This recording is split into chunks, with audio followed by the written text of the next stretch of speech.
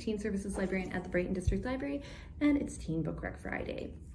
For today, I have for you A Wizard's Guide to Defensive Baking. It's by T. Kingfisher, and it is hilarious. If you are looking for a great, middle school, younger teen fantasy, this is the way to go.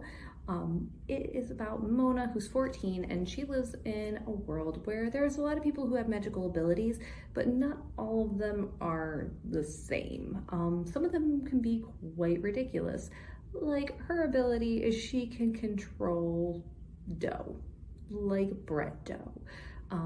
So she ends up even making, at one point accidentally, when she uses her power, she creates a out-of-control giant sourdough starter, which is seemingly carnivorous.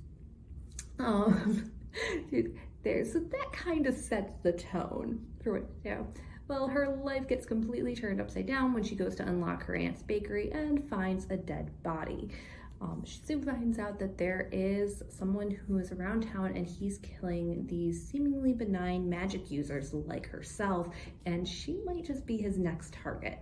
She's soon embroiled in this mystery of trying to discover who is killing the magic users in her city and how she cannot become one of his victims. Like I said, this has a really funny tone, very Terry Pratchett-esque in humor, and it's not a very long read. It's pretty short. It's a great weekend read if you're looking for something, particularly if you want a fantasy that has a little more of a lighthearted element for it.